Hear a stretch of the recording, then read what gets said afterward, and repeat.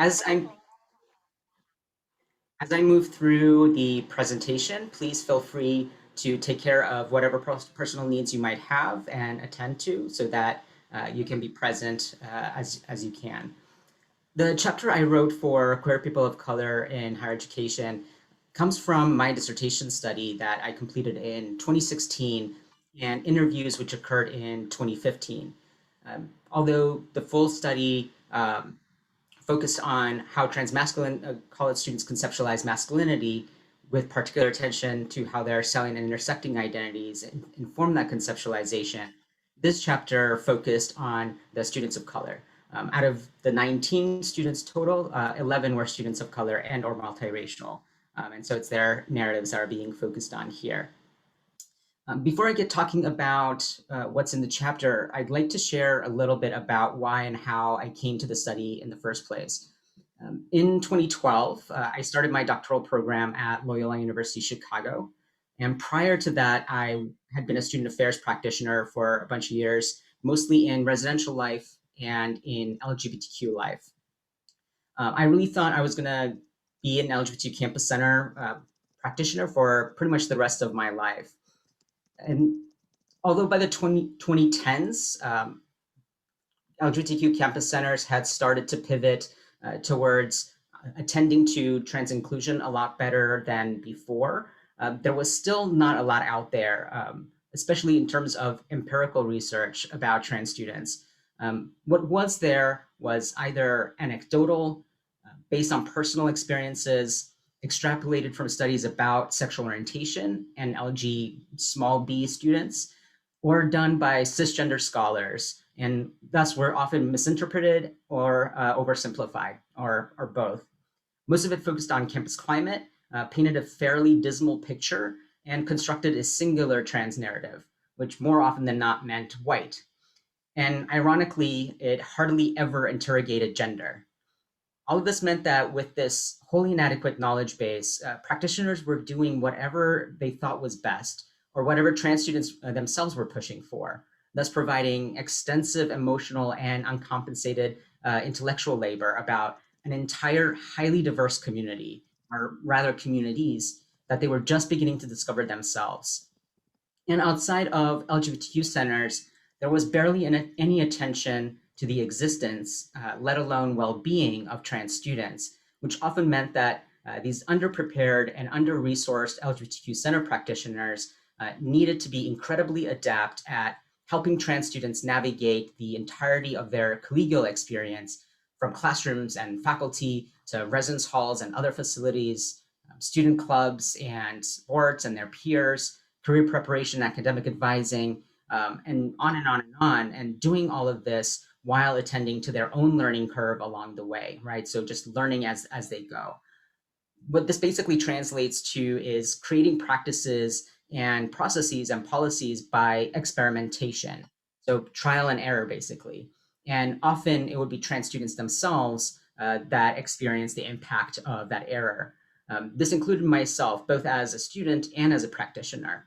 And I was using my own experiences as a trans student and the experiences of my friends to figure out how to best support trans students as a practitioner, knowing full well that our experiences were basically a sliver of trans realities. And that's a huge reason why I wanted to go into a doctoral program in the first place. So I could dedicate more time to conducting and pushing for empirical research and how that research have that research be done by trans scholars. I wasn't exactly sure what I wanted to study. And the gap was so big that I could have gone a million directions, which in itself was both exhilarating and pressurizing. Enter 2013, my second semester as a doctoral student. I had applied and been accepted to be a part of the spring 2013 cohort of the Brown Boy Project. I didn't know a whole lot about the Brown Boy Project, what it was or what it did. What I knew was that I kept seeing references to this organization on my Tumblr, and particularly a lot of Black and brown transmasculine folks sharing their images, masculine women, cis men, etc. Basically, the whole gamut of masculine, of center, people of color. And I wanted to be a part of it. I didn't care what they were doing. I just knew I needed to be a part of it. The only other trans students that I knew at my undergrad and my grad programs were white. And so my transness had been formed entirely alongside white trans people. And I wanted to connect with other folks of color. So I was gifted with this opportunity to attend a 4-day leadership retreat in Oakland, California. Um, Looking back, leadership retreat sort of undersells it. It was an intensely transformative and immersive experience, building community with this amazing group of people and examining our masculinities from both a racialized and critical lens, and committing ourselves to intersectional gender justice work in whatever realms that we were in. I was about 3 months shy of turning 32 at the time. And I see the quant people doing the math, please don't. But that was the first time in my entire life when I felt like a whole person, a person with worth, a person with dignity, where I felt all of me sort of come together and given permission to exist in one space. It empowered masculine center folks of color to see ourselves fully in our individual and collective power. All these years later, I still haven't relived that feeling in any collegiate or institutional setting, and I suspect I never will. But those 4 days gave me a glimpse of what transformation could look like and feel like and what it could do. So I went back to Loyola, a little drunk on euphoria and a little disappointed for having to leave. And I needed to find a way to both bring in that transformation into my daily life and give back this gift that I had been given. So I did the first thing that I could think of to do, and that was to finally get what I was meant to study and what stories I was supposed to highlight. And so I did my dissertation on how transmasculine college students conceptualize masculinity, and I intentionally recruited a pool that was majority students of color. I already knew that my transness was my superpower, that it gave me perspective and insight into the world that cisgender people just didn't have. As Thich Milan has said many times in many ways, I knew my transness gave me the potential to be a better man.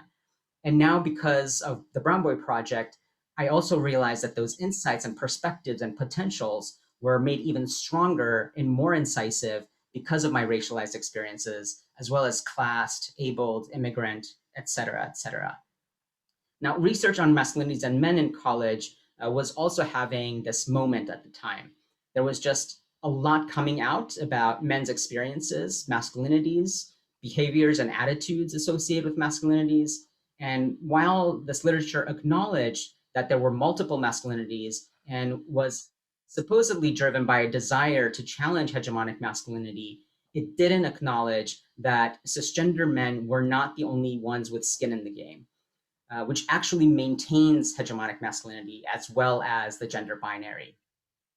This is especially true as quote unquote diverse or divergent masculinities were often intellectual afterthoughts or derivatives of white, middle class, cisgender, and heterosexual men's masculinities, making that one the pinnacle against which other masculinities were compared and contrasted. And in not wanting to replicate this issue, I centered the study entirely on transmasculine students, not comparing them to cisgender men, but rather validating their voices on their own merit. This centering also sees our experiences and perspectives as assets and not as deficits. And it contributes to both interrogating hegemonic masculinity's toxicity and harm, as well as to the dismantling of the gender binary in higher education. To do this, I utilized a framework informed by two overlapping contexts that higher education operates within, that of hegemonic masculinity as conceptualized by R.W. Connell, and genderism as written about by Brent Bilodeau. Hegemonic masculinity is the pattern of practice that maintains men's dominance over women, as well as over subordinated masculinities. Genderism is a cultural and systemic ideology that assumes and regulates gender as an essentialized binary, pathologizing and denigrating gender identities that don't conform. Now, these contexts were then challenged through the lenses of Kimberly Crenshaw's intersectionality, Jose Munoz's disidentification, Dean Spade's critical trans politics, and bell hooks's theory as liberatory practice. Basically, in combination, these lenses recognized the interlocking nature of systems of oppression. They challenged the assumption that institutional structures and policies were neutral. So they suggested that we must be driven by a liberatory intent in our theory if it's going to help injustice work, and that when it comes to dominant ideologies, the only options are not to either align with them or exist outside of them, but rather to transform them and produce new realities, which was really central to this chapter focusing on transmasculine students. As mentioned earlier, the study's research questions were how do transmasculine college students conceptualize masculinity, and how do their intersecting identities inform that conceptualization? I conducted a qualitative, post-intentional, and queer phenomenological study. These specific phenomenological leanings look to multiplicity. So they look for differences rather than zero in on a singular essence or sameness, which traditional phenomenology does. I had students who were interested in participating fill out an online demographic form, and from there I selected an intentional diverse participant pool through maximum variation sampling. I then used post-intentional phenomenology's whole part whole method of analysis, basically getting a sense of the whole picture and the context first, then diving into the individual parts and transcripts, and then situating those parts into the whole context. Now, I want to focus on the students of color from the study. But before I do, I'd like to ask you all to do something alongside with me. As I go through the rest of this presentation, and particularly as we get into hearing the students' own words, I want you to take the time to type or jot down your own reflections moving forward. What resonates with you? What doesn't? How does it impact the work that you do or want to do? How does it shape your understanding of your relationship with trans students of color or trans people of color or your own gender? So hopefully you all have consented and can participate alongside, and then we'll have some conversation about that at the end. And here's a quick breakdown of the 11 students in totality. 6 of them identified as queer, 2 as pansexual, 2 folks referenced femininity and femmes as the objects of their attraction, and another person identified as heteroflexible, sapioromantic, and demisexual. In terms of disability status, 6 were abled students, 2 disclosed being disabled without providing any specification. 1 student shared a litany of multiple physical, mental, and cognitive disabilities. Another disclosed having occasional anxiety, and finally 1 shared having post-traumatic stress disorder. Regionally, the institutions that they came from were from all over the country, with 4 in the South, 3 in the West, 2 each in the Midwest and the Northeast. Class was probably the category with the least amount of variation among students of color, with 6 students identifying as working class or poor, and another 3 as lower middle class. 1 identified as middle-ish working class, and another as middle class. And finally, racially, folks identified with Blackness exclusively or in part, 4 folks did, 3 as Latino or Latinx, 3 as Indigenous, all of whom were multiracial, and 3 identified as Asian Pacific Islander exclusively or in part, and 1 student was Middle Eastern. Now, I won't break down all of the ways that they each identified, but I did want to sort of speak the names that they chose for the study into the room. And don't worry, the picture is not of any one of them. It's of 7 of the brown boys who were in my cohort, and of Cole in the upper right corner, who was the founder of the Brown Boy Project. So we'll hear today from Coffee Bean, Jay, Jones, Earl, and I'm just realizing that I had a missed opportunity in terms of putting Earl's name before Jones, but that's probably a joke only some folks get of a certain age. Charles, RJ, and Kyle. And finally, Seth, Bastian, and Mohammed. Incidentally, 3 of the participants also were a Brown Boy alum, but not necessarily from my cohort. In answering the study's research questions, transmasculine college students conceptualize masculinity through the metaphors of a threshold and of pathways. I created this visual representation of those findings consisting of a big blue circle in which there are several red arrow-shaped haphazard pathways going into all kinds of directions and even crisscrossing each other. The circle is surrounded by blankness, which represents the hegemonic masculinity, patriarchy, and genderism, which are all still present and completely ubiquitous, right? Just because we're talking about trans students doesn't mean that these contexts have disappeared.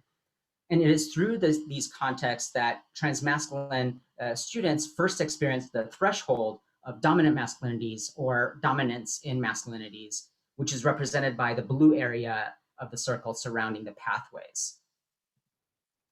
The threshold is a sort of entry point that all the students talked about having to negotiate and are the dominant representations of masculinity that were the first things on their minds when we began our discussions. When they did not meet this patriarchal standard, some of them expressed self-doubt about their own masculinity, and as a negotiation occurred, they variously resisted, leveraged, or even internalized dominance.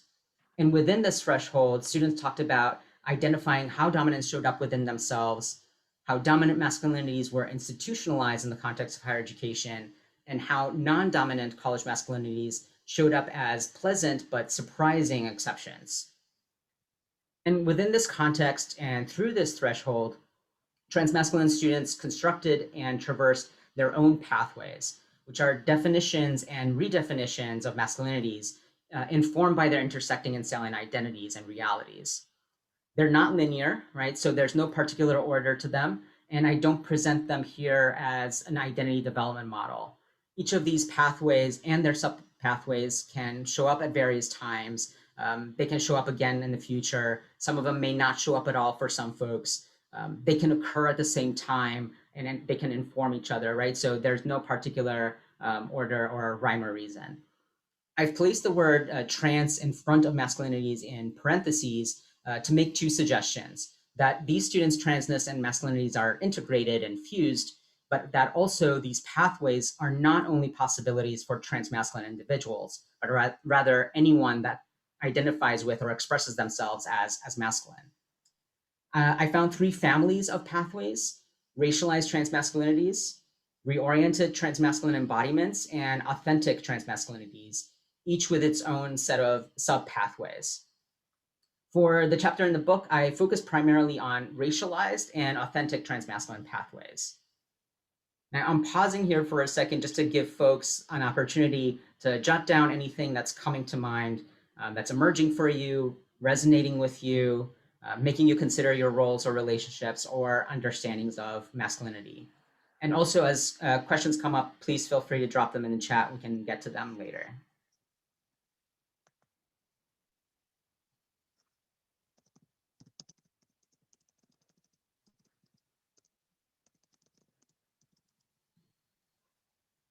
These first two quotes resonate with the concept of a threshold, and specifically with the subtheme of institutionalized masculinities.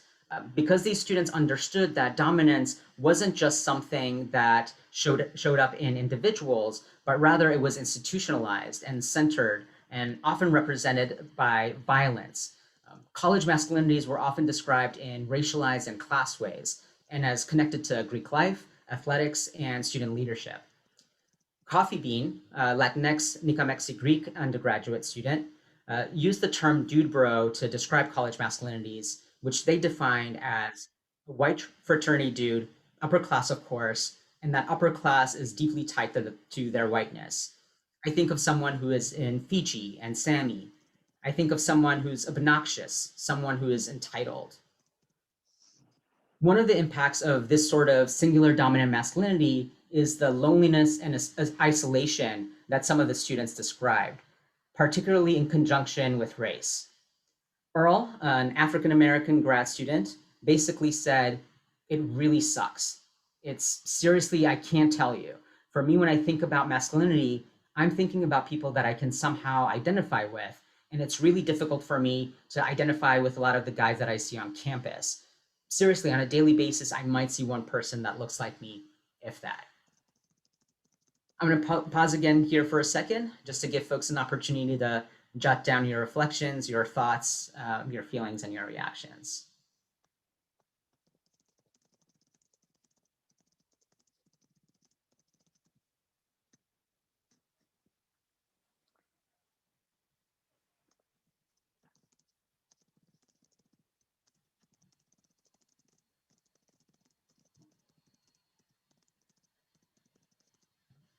All right, now shifting gears to pathways and specifically racialized transmasculine pathways. The students made clear that race was an integral arbiter for their experiences.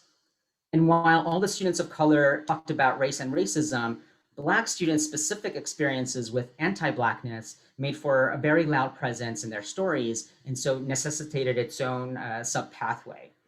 For example, all three Black students talked about severe disengagement from campus, and we'll hear an example of this in a little bit. Students of color constructed counter-narratives to the often racist constructions of masculinities of color that they were confronted with, including in their own classes, through connecting with gender-diverse and affirming community and historical representation. Mohammed, who was a Middle Eastern undergraduate student, talked about how their Palestinian identity and masculinity intertwined is very interesting in terms of like oppression. The Zionist group on campus, they're very much into LGBTQ rights, but then also they're like quick to label me more as a terrorist.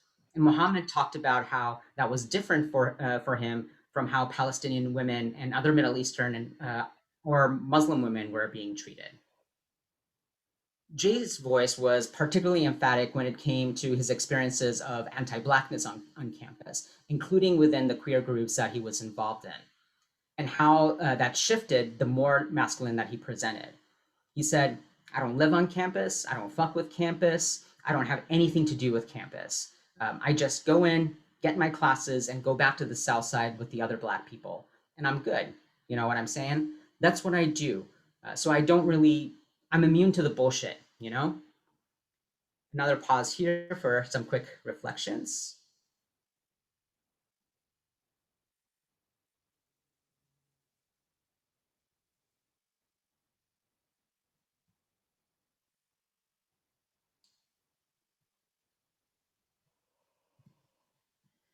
Now, I mentioned earlier that three of the students were also brown boys.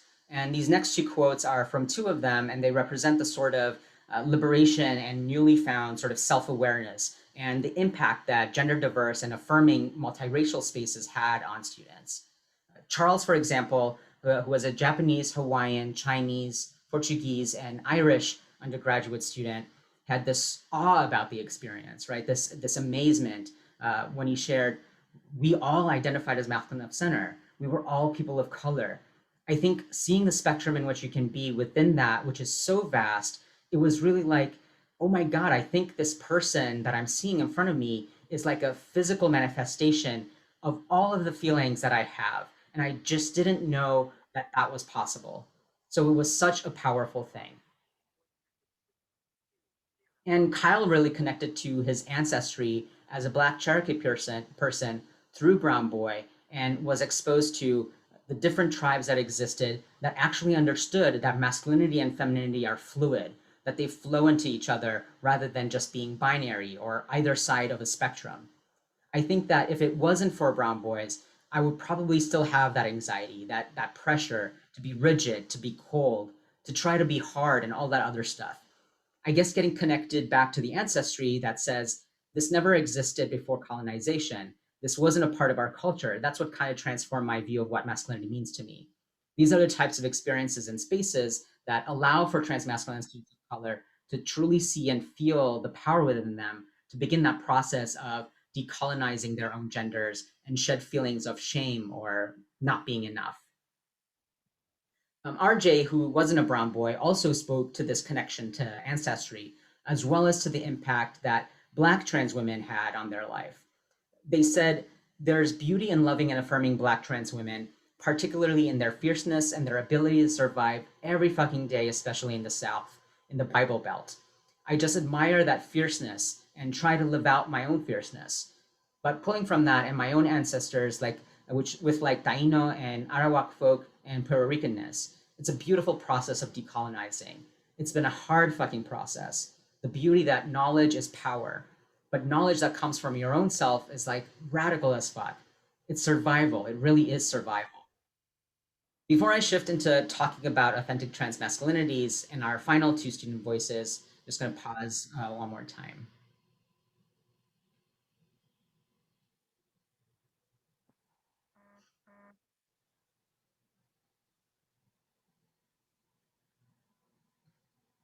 The students' reflections of their experiences drew them to wanting to live out masculinities that were authentic to them, that weren't prescriptive or performative or harmful, just so that they could be recognized as masculine or as men. Now, authenticity is very much a loaded term, and it really is in the eye of the beholder, so to speak, to classify something as being authentic or inauthentic. And while authenticity was variously understood among these students, many talked about crafting their masculinities with intention and imbuing it with gentleness, which often brought up discussion about reclaiming femininity and quote unquote feminine traits. Intentionality was about acknowledging nuanced privileges as they accrued them, particularly in terms of space, voice, and language, and that intentionality needed to be a consistent practice. And gentle transmasculinities were about redoing masculinity or disidentifying masculinity by viewing transness and femininity as assets and as part of their masculinities, at times regendering feminine traits as masculine or genderless. Muhammad at one point described himself as sensitive and initially called it a feminine trait. But then as the more we spoke, he changed his mind and said, actually, no, sensitivity is part of my masculinity, so it's a masculine trait. Centering vulnerability was one of the most resistant ways that these students redid masculinity, and they modeled them through practices of self-preservation and self-care and self-love. And that intentionality wasn't easy, and it didn't come without a cost. As Jones, a Korean American graduate student, put it, other people don't worry about stuff like that. But I do, so that means I'm thinking a lot about stuff, taking some of my brain space. That could be an advantage and a disadvantage. It's good I have the ability to think about these things, but at the same time, I should be worrying about studying and everything else that everyone else is thinking about. It just raises my anxiety level a little bit. I wanted to bring in Jones's reflection because I don't want to pretend that this isn't hard work or that there wasn't consistent pressure to just give into the dominant script just because we're talking about trans students. And also, these students have visions of who they are and who they want to be. And I wanted to end with the same student that we started with and whose words are what named and framed this chapter. Coffee Bean described the masculinity that they were crafting for themselves as accountable, ethical, without misogyny, just fun and carefree like my polka dot bow tie. I want to have my cake and eat it too. There's still a part of me that still wants to be Humphrey Bogart in Casablanca, but I want to do all of that without the cloying paternalism. The I know better for you, Elsa, about what you want, because I'm a man and I know better than you. These students aren't wearing rosy colored spectacles about the world around them, but they are determined as hell to subvert it, even if it's just within themselves. And with that, I want to offer a final pause. I'm making a choice not to bring in the parts of this study and the chapter that are the discussion and the implications. Folks can choose to read them in the chapter or any one of the 5 or 6 articles that I got to write about from the dissertation. I'm happy to send any of these to folks, but I'm not sharing them because I want to end on their words and not mine. And I want to invite you all into the conversation. I'd love to hear from you if you care to share from your reflections throughout this presentation, which you definitely don't have to, but that I hope you will take forward into your personal and professional lives. Basically, I want to hear about what's on your mind. What do you want to do with all of this? And folks can. Yes, I just texted you. Unfortunately, it's 1 out of 2 ASL.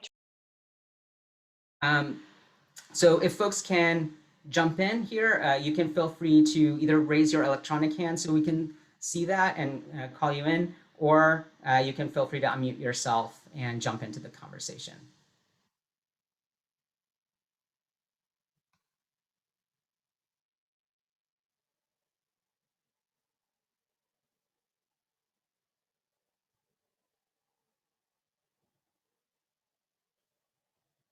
Also invite folks to ask any questions that you might have.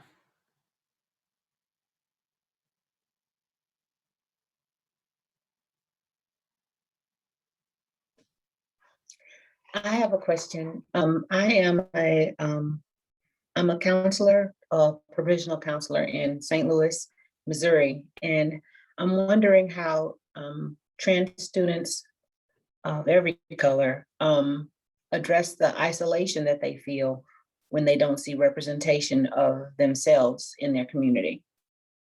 I think trans students do that in a variety of ways, right? One is some students don't.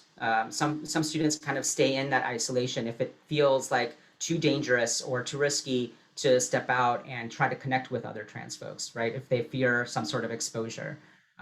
Others create that representation, right? Social media has given so much of a freedom for folks through selfies, through creative content creation to just create those worlds and then find other folks through social media. I mean, Tumblr and YouTube were worlds for trans students way before the rest of the world sort of figured out that you could create your own world in there. There's a book coming out that Dr. Zena Colazzo has written with two of her students about this reality of online space and trans population. So definitely look out for that. And then also folks are trying to find that connection through other means, right? If they can't find it through connecting with other trans students.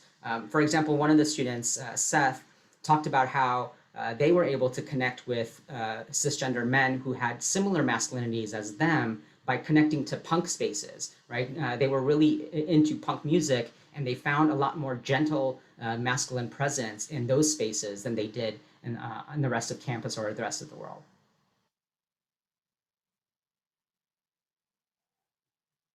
Thank you for your question, Ebony, by the way.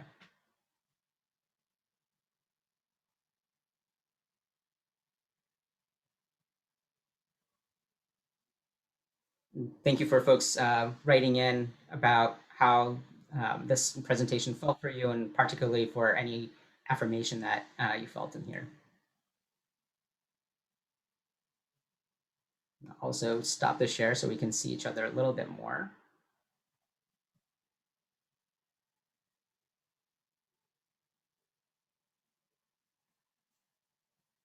So there was a question in the chat, is anyone who's not 100% cis considered trans?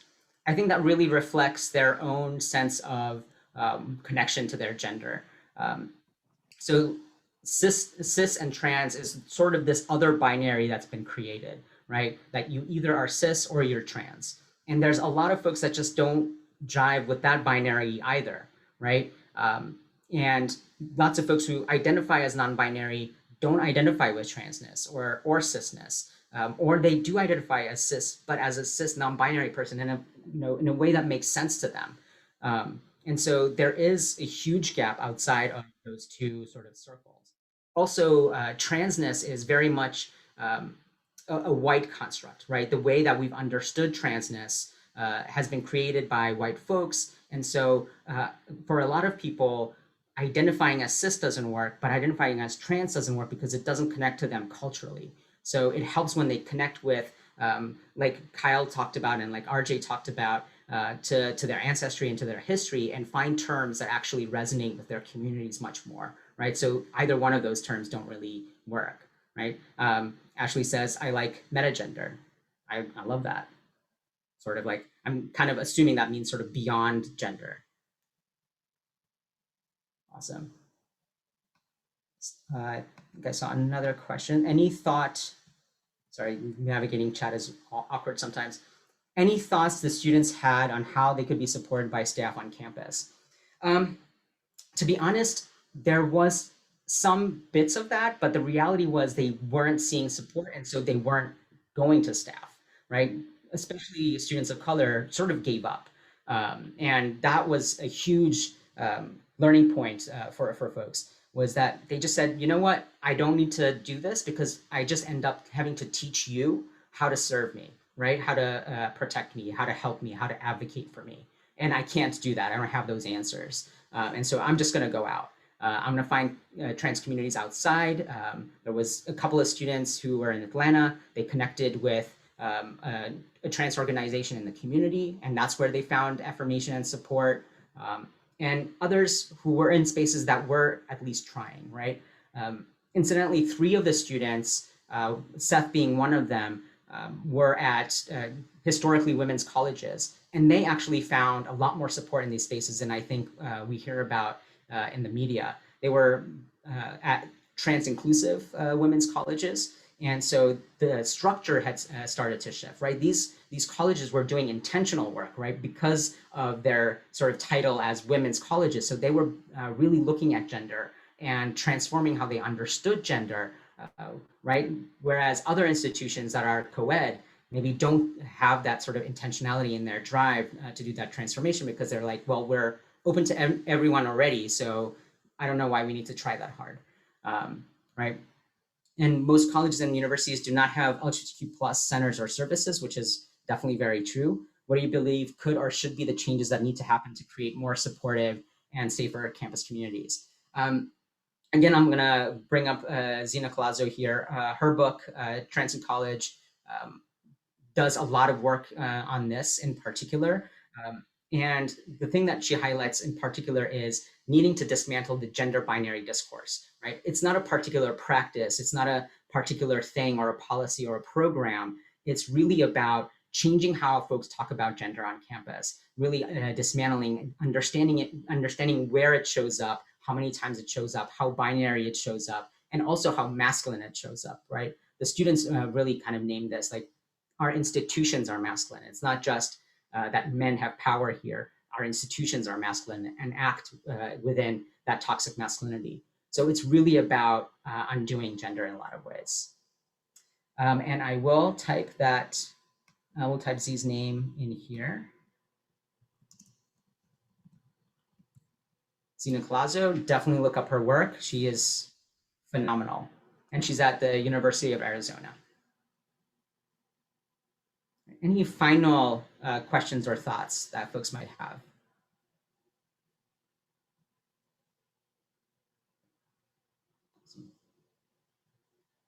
Well, thank you all. Thank you again, Ginevra and Tammy. And thank you, Gabe, for opening the session up. Appreciate you all being here. And I hope you have a great rest of your symposium.